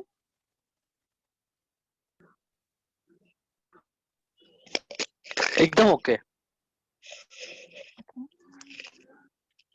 हे चौथी कॅरी ऑन करा तुम्ही. पारमिता, चौथी पारमिता आहे की प्रज्ञा. तर प्रज्ञा म्हणजे काय? जनरली सर्व उत्तर देतात लोक की प्रज्ञा म्हणजे ज्ञान, म्हणजे नॉलेज. याला आपण प्रज्ञा लोक प्रज्ञा म्हणतात. बट प्रज्ञा आणि ज्ञान ह्या दोन वेगळ्या गोष्टी आहेत. नॉलेज आणि विजडम ह्या दोन वेगळ्या गोष्टी आहेत. त्याचे दोन भाग पडतात बघा ज्ञानाचे. एक असतं लोकीय ज्ञान आणि एक असतं लोकोत्तर ज्ञान. लोकोत्तर ज्ञान म्हणजे प्रज्ञा आहे आणि लोकीय ज्ञान म्हणजे सर्वसामान्य ज्ञान. म्हणजे जे आपण कुणाच्या पासून जे ऐकून ज्ञान प्राप्त करतो, कुठेतरी वाचून ज्ञान प्राप्त करतो, कोणीतरी आपल्याला सांगतं म्हणून आपण ज्ञान प्राप्त करतो, आपल्याला ज्ञान अवगत होते, हे झालं लोकीय ज्ञान. लोकांपासून निर्माण झालेलं ज्ञान त्याला म्हणतात लोकीय ज्ञान, सर्वसाधारण ज्ञान. आणि प्रज्ञा म्हणजे काय की लोकोत्तर ज्ञान, की असं ज्ञान जे पुस्तकामध्ये नाही आहे, जे भगवंतांचं होतं. भगवंतांना काय होतं? ज्ञान नाही, त्यांना प्रज्ञावंत म्हणतात, म्हणजे त्यांना प्रज्ञा प्राप्त झालेली. त्यांना असं ज्ञान प्राप्त झालं जे कुठल्याही पुस्तकामध्ये लिहिलेलं नव्हतं किंवा याआधी त्यांनी कुठे वाचलेलं नव्हतं. त्यांना हे ज्ञान कोणी शिकवलेलं नाही. असं ज्ञान म्हणजे प्रज्ञा आहे. तर हे ज्ञान कसं, ही पारमी कशी पूर्ण करणार आपण सिस्टम? रिअलाइज करून ज्या काही गोष्टी आहेत त्या गोष्टींना ऍज इट इज पाहणे, ऍक्च्युअल स्थितीमध्ये पाहणे आणि आपली प्रज्ञा जागृत करणे. कुठल्याही गोष्टीला एक्झामिन करायचं आणि त्या माध्यमातून म्हणजे कशाच्या हे मग एक्झामिन करण्याची जे ऊर्जा आहे ती कुठून प्राप्त होईल? हे आपण केव्हा करू शकणार? जेव्हा आपण ध्यान करणार. जर आपण ध्यान करणार तर नक्कीच आपल्यामध्ये प्रज्ञेचा उगम होईल. जर आपण ध्यान करणार नाही तर आपण फक्त एक ज्ञानी व्यक्ती होऊ शकतो, आपण प्रज्ञावान कधी होऊ शकत नाही विदाउट मेडिटेशन. तर त्यासाठी आपण ध्यान करायला पाहिजे आणि ध्यान करणाऱ्या व्यक्तीमध्येच प्रज्ञा जागरूक होऊ शकते. त्याला रिअलायझेशन होऊ शकते, गोष्टींचं खरं स्वरूप समजू शकतं. पुस्तकी ज्ञान आणि पुस्तकाच्या बाहेरील ज्ञान, तर ते ध्यानाच्या माध्यमातून व्यक्ती आपली प्रज्ञा पारमी पूर्ण करू शकतो. हे देखील फार महत्वाचं आहे. कारण धम्म म्हणजे काय? जाणणे. धम्म म्हणजे अभ्यास नाही. धम्म म्हणजे शिकणे नाही. धम्म म्हणजे शिकवणे नाही. तर धम्म म्हणजे एक अनुभूती आहे. एक एक्सपिरियन्स आहे. आणि तो एक्सपिरियन्स म्हणजे प्रज्ञा आहे. तर प्रत्येक जण धम्म वाचतो. है ना? प्रत्येकाला धम्माबद्दल आज बरेचसं काही मटेरियल्स नेटवर उपलब्ध आहे, ऑनलाईन उपलब्ध आहे, पुस्तकांमध्ये उपलब्ध आहे. परंतु जेव्हा आपण पुस्तकामधील त्या गोष्टी वाचतो, धम्म वाचतो, तर तो धम्म वाचल्याबरोबर आपल्याला तो धम्म समजलाच असं नाही. तो धम्म आपल्याला कधीच वाचून समजू शकत नाही. धम्म हा आपल्याला रिअलाइज करावा लागतो. आतमध्ये तो आपल्या चित्तामध्ये त्याला उत्पन्न करावं लागतं. आणि जेव्हा आपण ध्यान करणार तेव्हाच आपल्या चित्ताला धम्म समजू शकेल. विदाऊट शील म्हणजे शीलाच्या शिवाय आणि दानाच्या शिवाय, समाधीच्या शिवाय आपल्याला धम्म समजू शकत नाही. म्हणून धम्म समजायचा असेल आणि स्वतःला प्रज्ञा जर आपल्याला प्राप्त करायची असेल तर आपण ध्यान केलं पाहिजे. त्यासाठी ही प्रज्ञा पारमिता आहे. त्याच्यानंतर आहे वीर्य. वीर्य म्हणजे एनर्जी, एफर्ट्स. मग एफर्ट्स काय आहे? आपली जी ऊर्जा आहे, ही ऊर्जा आपण कुठे टाकली पाहिजे? कुठल्या कुशल कर्मासाठी आपली ऊर्जा गेली पाहिजे? आता आपण स्वतःला बघूयात, की जेव्हा आपण रोज जीवन जगतोय ना, जीवन जगतोय तर आपण आपली ऊर्जा युटिलाइज करतोय. प्रत्येक दिवसाला आपल्याला एक निसर्गाकडनं एक ऊर्जा मिळते. ऊर्जा नसेल तर माणूस मरून जातो, है ना? आपल्या आतमध्ये जर ऊर्जा नाहीये, एनर्जी नसेल तर माणूस मरून जातो. म्हणून मृत झालेलं शरीर कसं थंड पडतं, त्याच्यामध्ये एनर्जी नाहीये, ऊर्जा नाही आहे. मग आपल्याला रोज एक ऊर्जा मिळते, हे गिफ्ट आहे नेचरचं आपल्याला ऊर्जा भेटणे. मग त्या ऊर्जेचं आपण एक्झिक्युशन कसं केलं पाहिजे? ती एनर्जी जी आहे ती कुठे यूज केली पाहिजे? तर जेव्हा आपण धम्म मार्गावर आरूढ होतो आणि आपण बघतोय की आपल्या पारमिता पुष्ट झाल्या पाहिजे, आपण पारमी संपन्न झालो पाहिजे, तर आपली ऊर्जा ही चांगल्याच कामासाठी गेली पाहिजे. कुशल कर्मासाठी एफर्ट केले पाहिजे, ना की अकुशल कर्मामध्ये आपली ऊर्जा वेस्ट केली पाहिजे. काही काही लोक राहतात की पूर्ण लाईफ मध्ये त्यांची जी ऊर्जा आहे ती अशीच निघून जाते आणि त्यांची पारमीही पूर्ण होत नाही, धम्मावरही आरूढ होत नाही आणि नेक्स्ट लाईफही त्यांना दुःखदायी मिळते. आणि याही जीवनामध्ये ते दुःख उपभोगतात का? कारण की आपण आपली जी ऊर्जा आहे ते अकुशल गोष्टीसाठी वेस्ट गमावतो, योग्य पद्धतीने त्याचा वापर करत नाही. आणि निसर्गाचा एक नियम आहे, कुठल्याही गोष्टीचा जर आपण योग्य वापर केला नाही तर निसर्ग ती गोष्टी आपल्यापासून छिनून घेते, हिसकावून घेते. तर त्यासाठी जे आपल्याला ऊर्जा आहे आपल्या शरीरामध्ये, आपल्या चित्तामध्ये, त्या ऊर्जेचा आपण योग्य वापर केला पाहिजे. मग तो वापर कशासाठी केला पाहिजे? ध्यानासाठी केला पाहिजे, शील पालन करण्यासाठी केला पाहिजे, धम्म सांगण्यासाठी केला पाहिजे, धम्म श्रवण करण्यासाठी केला पाहिजे. बरेच आता लोक असतील की आपण जितके पार्टिसिपेंट आहोत त्याच्यामध्ये, बरेचसे या जगामध्ये जे लोक धम्म श्रवण करत आहेत, धम्म सांगत आहेत, त्यांची ऊर्जा कुशल कामासाठी जात आहे. काही लोक असे असतील आता की ते झोपलेले आहेत, कोणी जेवण करत आहे, कोणी मूवी बघत आहे, कोणी वादविवाद करत आहे. त्यांची ऊर्जा कुठे चालली आहे? अकुशल कर्मासाठी, अकुशल गोष्टीसाठी. तर ज्याप्रमाणे आपण जे कुशल ऊर्जा उत्पन्न करत आहोत याचे आपल्याला कुशल परिणाम उपभोगायला मिळतील, त्याचप्रमाणे जे अकुशल कर्म करत आहेत त्यांचेही अकुशल परिणाम त्यांना उपभोगायचे आहेत. तर म्हणून ही जी ऊर्जा आहे ही ऊर्जा कुशल कर्मासाठीच गेली पाहिजे. कारण जर आपण अकुशल कर्मासाठी आपली ऊर्जा गमावली तर एक दिवस याचे अकुशल परिणाम आपल्या जीवनावर होतात. जर व्यक्तीला स्वतःला दुःखातून मुक्त करायचं असेल तर त्याचे जे वीर्य आहे, त्याचे एफर्ट्स आहेत ते चांगल्या गोष्टीसाठी केले पाहिजे, कुशल गोष्टीसाठी केले पाहिजे. त्याला म्हणतात वीर्य पारमी. याबद्दल आपण रोज थिंक केलं पाहिजे. रोज रात्र झाली तर झोपताना विचार केला पाहिजे की आज दिवसभराची माझी ऊर्जा मी कुठे गमावली, याच्यामधून मला काय मिळालेलं, उद्याची माझी ऊर्जा मी कुठे गमावणार, त्यापासून मला काय प्राप्त होईल, हा विचार करून आपण रोजची जी ऊर्जा आहे त्याला योग्य पद्धतीने यूज केला पाहिजे. असं भगवंतांनी केलं. भगवंत फक्त 2 तास झोपायचे, त्यांचं पूर्ण आयुष्य त्यांनी धम्मासाठी होतं. आणि त्याच्या आधी त्यांनी बोधिसत्व असतानाही खूप पारमी संपन्न करत त्यांनी फार हार्ड प्रॅक्टिसेस केलेल्या आहेत. त्यांची ऊर्जा त्यांनी फार कुशल गोष्टीसाठी वापरली होती. आणि जेव्हा त्यांनी त्यांची ऊर्जा कुशल गोष्टीसाठी वापरत गेले त्यावेळेस ते बोधिसत्वाच्या पायरीपर्यंत पोहोचले आणि बुद्ध होऊ शकले. अरहंत होण्यासाठीही अरहंताला देखील त्यांची जी ऊर्जा आहे ती कुशल गोष्टीसाठी वापरून त्यांची वीर्य पारमी पूर्ण करावी लागते. आणि जर आपण आपली ऊर्जा अकुशल गोष्टीसाठी वापरणार तर कधीच आपण या अरहंत मक्का आणि अरहंत फलापर्यंत पोहोचू शकत नाही. त्यानंतर आहे खांती पारमी. खांती म्हणजे पेशन्स, संयम. संयमची प्रॅक्टिस कशी करायची, पेशन्स कसा वाढवायचा.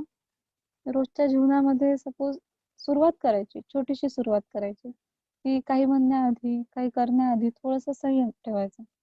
जसं की एखादं रागाचं चित्त उत्पन्न झालं असेल, राग आला असेल आपल्याला फार मोठा, तर जेव्हा राग येतो ही एक ऊर्जा आहे, ठीक आहे, ती फार फोर्स असतो त्याच्यामध्ये. जेव्हा आपल्याला राग उत्पन्न होते तर आपण बोलून टाकतो किंवा काहीतरी ऍक्ट करतो, ते अकुशल होतं, स्वतःलाही दुःखदायी. म्हणजे नंतर काही वेळानंतर आपल्याला त्याचा पश्चाताप होतो की आपण इतका मोठा राग केला, भयंकर रागवलो, किंवा त्या रागातून आपण इतकी मोठी वाईट कृती केली आणि नंतर समोरचाही व्यक्ती दुःखी होतो.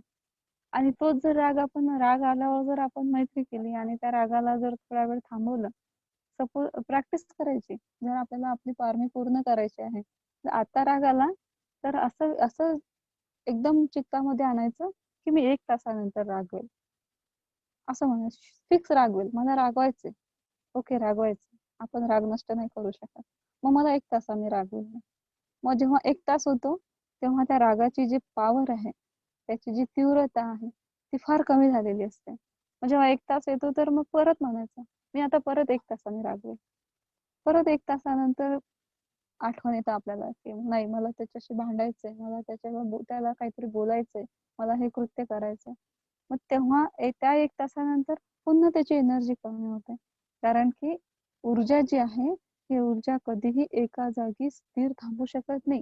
ती रूपांतरित असते, चेंज होत राहते, है ना. आपण विज्ञानामध्ये देखील शिकलेलो की ऊर्जा कधी एका ठिकाणी स्थिर थांबू शकत नाही, ती नेहमी चेंज होत राहते, बदलत राहते. मग जर रागाची ऊर्जा जेव्हा उत्पन्न होईल तर ती सेम नाही राहू शकत. म्हणून आपण बघतोय ना की आपल्याला राग आला तर आपण फार काळपर्यंत सेम राग नाही कंटिन्यू करू शकत. आपल्याला एखाद्याचा द्वेष वाटला तर फार काळ म्हणजे खूप लांबपर्यंत आपण एखाद्या व्यक्तीचा द्वेष नाही करू शकत. काही काळानंतर, काही वर्षानंतर, काही दिवसानंतर त्याची जी तीव्रता आहे ती हळूवारपणे कमी व्हायला लागते आणि ती तीव्रता हळूहळू आपल्याला नष्ट करायची. त्यालाच म्हणतात संयम, खांती पारमी. म्हणून आपली एनर्जी जेव्हा निर्माण होते कुठल्याही गोष्टीसाठी, तर ती एनर्जी आपल्याला जर खांती पारमी पूर्ण करायची असेल तर आपल्याला त्याला स्टॉप करावं लागेल थोडंफार. जेव्हा बोलायचं आहे काहीतरी, सपोज कधी कधी आपण आर्ग्युमेंट्स करतो किंवा कुणाशी तरी वाद संवाद करतो, त्यावेळेस जर आपण बोलत असू आणि आपल्याला माहिती आहे की हे हे जे माझं बोलणं आहे हे रागातून, द्वेषातून, मोहातून उत्पन्न होत आहे, त्यावेळेस स्वतःला थोड्या वेळासाठी थांबवायचं आणि म्हणायचं की खांती पारमी संपन्न, खांती पारमी संपन्न, की मला माझी खांती पारमी पूर्णत्वास न्यायची आहे. म्हणून मी थांबतोय. मी 10 मिनिट थांबेल, मी 1 तास थांबेल, मी 1 दिवस वाट बघेल, मी 1 वर्ष वाट बघेल, मी 1 जन्म वाट बघेल, मी 1 जन्म हे काम करेल, 1 जन्मासाठी मी हे जी गोष्ट आहे माझ्यापासून दूर ठेवेल. अशा प्रकारे आपली खांती पारमी पूर्ण करायची, जेणेकरून आपल्याला भविष्यामध्ये केलेल्या कुठल्याही गोष्टीवर पश्चाताप होणार नाही. कारण जो संयमित व्यक्ती असतो तो नेहमी कुशल कर्मच उत्पन्न करतो, कुशल कर्मच करतो. त्याच्या कर्मातून कधीही असं कृत्य निदर्शनास येत नाही किंवा उत्पन्न होत नाही की भविष्यामध्ये त्याला त्याचा पछतावा करावा लागेल. कारण तो संयमित होऊन काम करत असतो. तो त्या गोष्टीच्या दोन्ही बाजू बघतो, कुशल आणि अकुशल. जर मी हे केले तर ह्यापासून माझा फायदा काय आहे, इतरांचा फायदा काय आहे. जर हे मी नाही केले तर यापासून माझा तोटा काय आहे, इतरांचा तोटा काय आहे, माझं नुकसान काय आहे, इतरांचं नुकसान काय आहे, हे विचार उत्पन्न होतात. यासाठी आपल्याला स्पेस द्यावा लागतो, थोडी जागा द्यावी लागते आणि ती जागा म्हणजे संयम आहे. एका ठिकाणी तर अजून चहा म्हणतात की भिक्षूंचे तर अर्धे आयुष्यच यामध्ये जाते की त्याला जे करायचं असते तो कधीच करू शकत नाही. म्हणजे त्याची संयम पारमिता ही ऑटोमॅटिकच कम्प्लीट होते. त्या भिक्खूला जे करायचं असते ते कधीच करू शकत नाही. म्हणजे मनामध्ये एखादा विचार समजा उत्पन्न झाला, पण तो भिक्खू आहे, तर ते भिक्खू असल्या कारणामुळे त्यांना ते करता येत नाही, त्यांचे विनय आहे. जसं की एखादे सपोज खूप अटॅच असतील एखादे भिक्खू जेवणासोबत आणि त्यांना फार भूक लागत असेल नॉर्मल आयुष्यामध्ये आणि त्यांनी चिवर घेतला. मग 12च्या नंतर काहीच नाही खायचं, काहीच नाही प्यायचं. त्यांना फार भूक लागते. त्यांना जेवण दिसतं, खाण्याचे पदार्थ दिसतात, पिण्याचे पदार्थ दिसतात. पण ते खाऊ पिऊ शकतात का? नाही खाऊ पिऊ शकत. ऑटोमॅटिकली त्यांची संयम पारमी पूर्ण होते. म्हणजे म्हणून अजून चहा म्हणतात, खूप हास्यास्पद ते म्हणतात, की भिक्खूंचा अर्थ आयुष्य याच्यामध्ये संयम पारमी कंप्लीट करण्यामध्ये जाते, की त्यांना जे करायचंय ते कधीच करू शकत नाही. त्यांच्या मनामध्ये जे उत्पन्न झालेलं आहे. आणि सुरुवातीच्या आयुष्यामध्ये भिक्खू जीवनामध्ये आपल्याही चित्तामध्ये अकुशल गोष्टीच उत्पन्न होतात. जेवण्याबद्दल लोभ निर्माण होते, घरी जाण्याबद्दल लोभ उत्पन्न होते, काही फॅसिलिटीज बद्दल लोभ उत्पन्न होते, राग उत्पन्न होतो, द्वेष उत्पन्न होतो, पण त्याला आपण एक्झिक्यूट नाही करू शकत भिक्खू लाईफमध्ये. त्यागाला कोणावर दर्शवू शकत नाही. जर दर्शवलं तर लोक म्हणतील, अरे हे भिक्खू कसे आहे, त्यांना राग येतो. ह्या भिक्खूनी कशा आहे, ह्या 12 नंतर जेवण करतात. हे भिक्षू कसे आहे, जे स्त्री सोबत जास्त वेळ बोलतात. म्हणजे आपोआपच त्यांचे जे पारमी आहे ती कम्प्लीट होतात. आणि आपल्यालाही आपली ती पारमी कम्प्लीट करायची असते. जर आपल्यालाही अरहंत व्हायचं असेल, भिक्खू जीवनामध्ये जायचं असेल, तर आपणही संयमी राहायला पाहिजे. कुठल्याही गोष्टीसाठी संयम ठेवायचा. इव्हन आपली प्रॅक्टिस शील देखील, शीलासोबत देखील संयमित व्हायचं. सपोज काही व्यक्तींचं असं राहतं मग, की आज जर पंचशील धारण केलंय सपोज आपण आणि त्याच्यापैकी एक शील जर तुटला, त्याला फार पश्चाताप होतो संध्याकाळी, की अरे माझ्याच्याने हे शील तुटलं. मग असे काही व्यक्ती असे राहतात, की आज तुटलं ना, मग आता उद्या उद्या पालन करून काय फायदा, तुटलं ना आता एकदाच. किंवा आजपर्यंत तर मी शील धारण नाही केलंय, आजपर्यंत तर मी दान नाही केलं, आजपर्यंत तर मी ध्यान नाही केलं, असं करून मग आता आता करून काय फायदा, असं ते ठेवतात. पण जर त्यामध्ये जर एक संयमित व्यक्ती असेल, तर तो हा विचार करेल, की ठीक आहे, आज माझ्याच्याने चूक घडली, परंतु ते मी उद्या घडू देणार नाही. म्हणजे तो त्याच्या चित्ताला स्थिर स्थितीमध्ये ठेवू शकतो. अनेक प्रॅक्टिशनर असतात मेडिटेशन प्रॅक्टिसला, तर त्यांचे ते प्रॅक्टिशनरचं असं राहतं, की फार एनर्जी राहते सुरुवातीच्या काळामध्ये प्रॅक्टिस बद्दल त्यांच्यामध्ये, की फार इच्छा असते, मला ध्यान करायचंय, ध्यानामधून चांगली गती प्राप्त करायची. आणि त्या गतीसाठी ते इतके लोभी होऊन जातात, की तो लोभ त्यांना त्यांची त्या ध्यानाची त्यांना चांगली गती पण प्राप्त होऊ देत नाही. आणि फुल्ली असे थॉट्स येतात, की आत्ताच्या आता माझं कॉन्सन्ट्रेशन झालं पाहिजे, आत्ताच्या आता मी ध्यानापर्यंत पोहोचलं पाहिजे, आत्ताच्या आता निमित्त आराई झालं पाहिजे. मी 7 दिवस झाले प्रॅक्टिस करतोय, मी 7 वर्ष झाले प्रॅक्टिस करतोय, मी किती वर्ष झाले मी प्रॅक्टिस करतोय, अशा प्रकारे. तर इथे जर आपली पारमी चांगली असेल, आपली जर संयम असेल आपल्यामध्ये, तर आपण आपल्या प्रॅक्टिसमध्ये देखील संयमित राहू शकतो. आणि एक संयमित प्रॅक्टिशनरच ध्यानाच्या चांगल्या स्थितीला पोहोचू शकतो. ध्यान करताना देखील आपण संयमित असायला पाहिजे, की इट्स ओके, मला त्यामधून काही प्राप्त हो या ना हो, पण मी ध्यान करतोय, माझ्या चित्ताची गती स्थिर करतोय, हेच फार मोठं कर्म आहे. आणि या कर्माचे फळ मला एक ना एक दिवस मिळतीलच. जे मी पेरत आहे ते उगवेलच, आणि मी जे पेरतोय ते कुशल पेरतोय, याबद्दल त्याला कॉन्फिडन्स असला पाहिजे. आणि अशा प्रकारे तो त्याची जे ध्यानाची प्रॅक्टिस आहे त्याला तो फार समोर घेऊन जाऊ शकतो. संयमितपणे आपल्याला ती प्रॅक्टिस समोर न्यायची असते. असंयमित व्यक्ती ध्यान देखील करू शकत नाही, कारण त्याला फार लवकर काहीतरी प्राप्त करण्याची इच्छा असते. आणि संयमित व्यक्ती त्याचं ध्यान फार लांबवर घेऊन जाऊ शकतो. ही झाली खांती पारमी. त्यानंतर आहे सत्य पारमी, सच्च ज्याला म्हणतात, ट्रुथ. सत्य म्हणजे काय? 6 इंद्रियांद्वारे जे आपण तपासून घेतो त्याला सत्य असे म्हणतात. तर जसं 5 इंद्रियाने एखादी गोष्ट पाहिल्यावरही मनाच्या इंद्रियावर त्या गोष्टीची तपासणी करणे, त्याला सत्य असे म्हणतात. भगवंत म्हणतात, की सच्चं भवे साधुतरं रसानं. सगळे लोक म्हणतात, की सत्य हे कटू असतं, सत्य पचवायला कठीण असतं, सत्य हे कडू आहे. परंतु भगवंताचा सिद्धांत म्हणतो, की या जगात जर सगळ्यात गोड काही पदार्थ असेल तर तो सत्य आहे. आपण जेव्हा शील पारमी आपण जेव्हा पारमितेवर आरूढ होतो, तेव्हा आपल्याला आपल्या दशपारमी पूर्ण करण्याची आवड लागते, ओढ लागते, आणि आपण अरहंताचे प्रवासी बनतो. त्यावेळेस आपल्याला ही पारमी देखील पूर्ण करायची असते. तर जनरली याच्यामध्ये 4 शील येतात. जसं शीलमध्ये आपण पाहिलेलं आहे की मुसावादा वेरमणी सिक्खापदं समादियामि, पिसून वाचा वेरमणी सिक्खापदं समादियामि, परुस्सवाचा वेरमणी सिक्खापदं समादियामि आणि संफलप्पवाचा वेरमणी सिक्खापदं समादियामि. मी खोटं बोलणार नाही, अर्धवट वाक्य बोलणार नाही, टोचून बोलणार नाही, उंच आवाजात बोलणार नाही, व्यर्थ बडबड करणार नाही. ह्या गोष्टी जर आपल्या बोलण्यामध्ये आल्यात तर ऑटोमॅटिकली आपली जी शील पारमी आहे ती पूर्णत्वास जाते. आणि अरहंत होण्यासाठी ती त्या पारमिता पूर्ण करून आपल्याला जावंच लागतं. तर स्वीट म्हणून भगवंत म्हणतात की या जगामध्ये सगळ्यात स्वीट, सगळ्यात गोड पदार्थ कुठला असेल तर तो सत्य आहे. सत्यतेने काय होतं की आपण स्वतःलाही कधी फसवत नाही, इतरांनाही कधी फसवत नाही. स्वतःही कॉन्फिडेंट असतो प्रत्येक आपल्या आणि इतरांनाही त्यापासून प्रेरणा मिळते आणि स्वतःलाही कधी पछतावा होत नाही की आपण ही गोष्ट चुकीची केलेली आहे. स्वतःबद्दल प्रामाणिक व्हायला लागतं व्यक्ती. स्वतःच्या प्रॅक्टिस बद्दल, स्वतःच्या सरावाबद्दल प्रामाणिक व्हायला लागतो. अशा प्रकारे आपल्याला आपली सत्य पारमी पूर्ण करायची असते. त्यानंतर आहे अधिष्ठान. अधिष्ठान म्हणजे एक निश्चय. जसं की बोधिसत्वांचे अधिष्ठान होते की त्यांना बुद्ध व्हायचंय.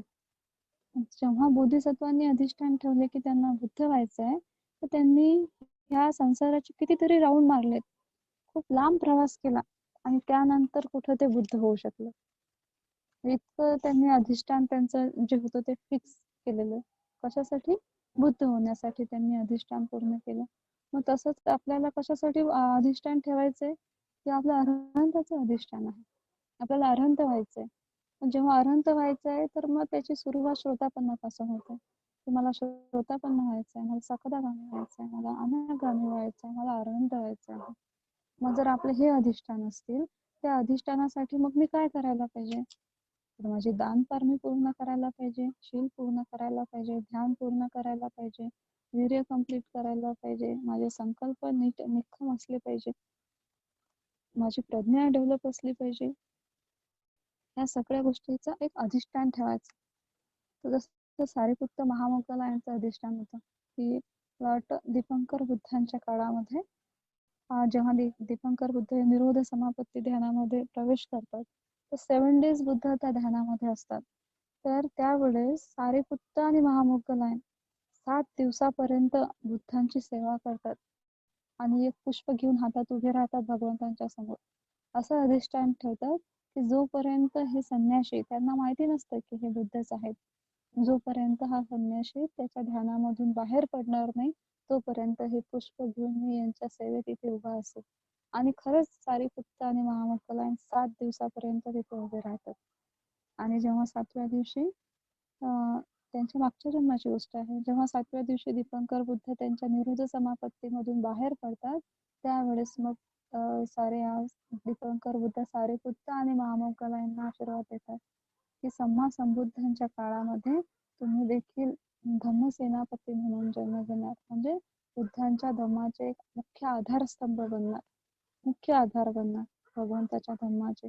धम्मसेनापती ज्याला म्हटलेलं आहे की हे अधिष्ठान कसं होतं की एकतर सारिपुत्त आणि महामोगलांनी 7 days अधिष्ठान ठेवलं. त्यासाठी त्यांनी पूर्ण आयुष्य काम केलं धर्मासाठी. आणि आपणही जेव्हा अधिष्ठान ठेवतो तर आपलं अधिष्ठान कसं राहतं? 1 तास, 2 तास, जास्तीत जास्त 1 दिवस. आपण आज ठरवतोय की नाही आता उद्यापासून मी 1 तास ध्यान करेल. मग उद्या आपण 1 तास ध्यान करतो. मग मी 2 वेळेला ध्यान करेल, सकाळ संध्याकाळ. तर सकाळी करतो आणि संध्याकाळी काहीतरी काम येतं आणि म्हणतो की आता शक्य नाही आहे, आता मी ध्यान नाही करेल, उद्या नक्की करेल. मग उद्याचा दिवस उगवतो, अरे आज मला हे काम आहे, मी ध्यान नाही करू शकत, परवापासून करेल. तर हे आपलं अधिष्ठान आहे. या अधिष्ठानामध्ये काही एक तथ्य नाही. असं अधिष्ठान ठेवून आपण ना आपली ध्यानाची पारमिता, आपलं ध्यान आपण पूर्णत्वास नेऊ शकतो, ना आपली अधिष्ठान पारमी पूर्ण करू शकतो. भगवंत म्हणतात की आपण अधिष्ठान जे ठेवतो ते एका दिवसापासूनही आपण सुरू करू शकतो अधिष्ठान. की एक दिवस, आज पूर्ण दिवसभर मी एक अधिष्ठान ठेवेल की मी बोलणार नाही, किंवा आज मी 12च्या आतमध्ये भोजन स्वीकारेल, त्यानंतर मी भोजन घेणार नाही, हे अधिष्ठान ठेवलं पाहिजे. आज मी दिवसातून 2दा ध्यान करेल, हे अधिष्ठान ठेवलं पाहिजे आणि त्यासाठी दिवसभर आपल्या ऊर्जेचा उपयोग केला पाहिजे, ते अधिष्ठान पूर्ण करण्यासाठी. नॉर्मली व्यक्ती जे असतात तर त्यांचं अधिष्ठान हे 1 तासानंतर 2 तासानंतर नष्ट होऊन जातं. परंतु भगवंतांचं जे अधिष्ठान असते, सम्मा संबुद्धांचं अधिष्ठान असतं, जे प्रत्येक बुद्धांचं अरहंतांचं अधिष्ठान असते, ते फार स्ट्रॉंग असते. ते एक अजन पवारो म्हणून एक भंते आहेत व्हिक्टोरियाचे. त्या भंतेंचे एक मित्र होते भिक्खू. त्यांनी अधिष्ठान ठेवलं होतं. रिसेंट गोष्ट आहे की मला 3000 तास बोधिवृक्षाखाली ध्यान करायचं आहे. 3000 तास. तर त्या 3000 आणि ते अधिष्ठान त्यांनी खूप प्रामाणिकपणे कंप्लीट केलंय. ते अधिष्ठान पूर्ण केलं. 3000 तास त्यांनी त्या बोधिवृक्षाखाली ध्यान केलं. कंटिन्यू नाही, त्याच्यामध्ये ब्रेक केला. बट मला वाटतं काही 4 महिने काहीतरी 4-5 दिवस त्या दिवसामध्ये त्यांनी ते 5 महिन्यामध्ये आय थिंक त्यांनी ते अधिष्ठान कंप्लीट केलं. तर इतकं स्ट्रॉंग अधिष्ठान असलं पाहिजे. जेव्हा आपण ध्यानाला बसतो, आपण अधिष्ठान ठेवतो की मी 1.5 तास ध्यान करेल आणि 20 मिनिटानंतर आपले हातपाय दुखायला लागतात, विचार भटकायला लागतात. ते आपण 5 मिनिटं सहन करतो आणि मग 30व्या मिनिटाला उठून जातो. अर्धा तास झालं, आपलं अधिष्ठान ब्रेक होऊन जातं. नाही बसू शकत 1 तास. इतकं स्ट्रॉंग अधिष्ठान ठेवायचं की माझे हातपाय तुटले तरी चालेल, इव्हन मी मेलो तरी चालेल, पण मी माझं अधिष्ठान तोडणार नाही. जसे भगवंतांचं अधिष्ठान होतं की जोपर्यंत मला संबोधी प्राप्त होणार नाही, तोपर्यंत मी या वृक्षाखालून उठणार नाही. आणि खरंच त्यांना संबोधी प्राप्त होईपर्यंत भगवंत त्या जागेवरून हलले नाही. इतकं स्ट्रॉंग अधिष्ठान आपलंही पाहिजे. जर आपल्याला खरंच या भवचक्रामधून स्वतःला या दुःखातून दूर करायचं असेल, तर डेली लाईफमध्ये छोटे छोटे अधिष्ठान करायला लागा. छोटे अधिष्ठानची सुरुवात की आज मी पूर्ण एक शील मी दिवसभरात कधीच तोडणार नाही, असं अधिष्ठान ठेवू शकतो. आज मी 2 वेळेला 1-1 तास ध्यान करेल म्हणजे करेल, चाहे काहीही हो. मी मेलो तरी चालेल, बट मी करेल 2 तास ध्यान. त्यानंतर आजच्या दिवसात माझ्या हातून काही ना काही दान झालंच पाहिजे. त्यासाठी मी प्रयत्नशील असेल, हे माझं अधिष्ठान आहे. आज मी 1 तास पूर्णतः मौन धारण करेल, हे माझं अधिष्ठान आहे. असे छोट्या छोट्या अधिष्ठानमधून आपल्याला आपले अधिष्ठान पारमी पूर्ण करायचे आहे आणि त्यासाठी प्रामाणिक प्रयत्न करायचा. नंतर 9वी पारमिता आहे मैत्री, मेत्ता ज्याला म्हणतो. आपण याच्याबद्दल बरंच ऐकलेलं आहे. म्हणजे 4 ब्रह्मविहार आहेत ध्यानाचे. मेत्ता, मुदिता, करुणा आणि उपेक्षा. तर याच्यापैकी पहिलं ब्रह्मविहार म्हणजे मेत्ता आहे. मेत्ता कशी करायची आहे नेक्स्ट धम्मदेसनीमध्ये आपण बघणार आहोत नंतरच्या सेशनला की मैत्री म्हणजे काय आणि ते प्रॅक्टिस कशी करायची मैत्री भावनेची. बऱ्याचशा लोकांना माहिती असेल आणि काही लोकांना माहिती नसेल. त्यासाठी एक मैत्री भावनेचं स्पेशल सेशन घेऊन त्याच्यामध्ये आपण बघणार की मैत्री भावना कशी करायची, मैत्री भावना ध्यान कसं करायचं आणि हे एक पारमिता पण आहे. तर आपल्या चित्तातून मैत्री कशी उत्पन्न जागरूक ठेवून आपण मैत्री कशी करायची. तर मैत्री कशी करायची तर त्यामध्ये कुठलाही लोभ नसला पाहिजे की याच्या बदल्यामध्ये मला काहीतरी मिळेल. नेहमी काइंडनेस असली पाहिजे चित्तामध्ये. प्रत्येक दुःखी जीवाला, व्यक्तीलाच नाही तर प्रत्येक प्राण्यांना जर आपण दुःख स्थितीमध्ये पाहत असू तर त्यांच्यासाठी देखील आपल्या चित्तामध्ये मैत्री जागरूक झाली पाहिजे. ही आहे मैत्री पारमी. याच्याबद्दल फार डिटेल्स आपण शिकणार आहोत की मेत्ता भावनेमधूनही आपण मैत्री ध्यान कसं अटेंड करू शकतो. ते एक वेगळं सेशन आपण कंडक्ट करूयात. आज वेळ खूप जास्त होता म्हणून थोडं शॉर्ट घेते. त्यानंतर आहे उपेक्षा. उपेक्षा पण एक ब्रह्मविहार आहे, राईट. आपण आता आज बघितलंय की मेत्ता, मुदिता, करुणा आणि उपेक्षा. तर उपेक्षा काय आहे, रिझल्ट आहे. उपेक्षा म्हणजे रिमेन बॅलन्स. आपल्याला स्टेबल राहता आलं पाहिजे कुठल्याही गोष्टी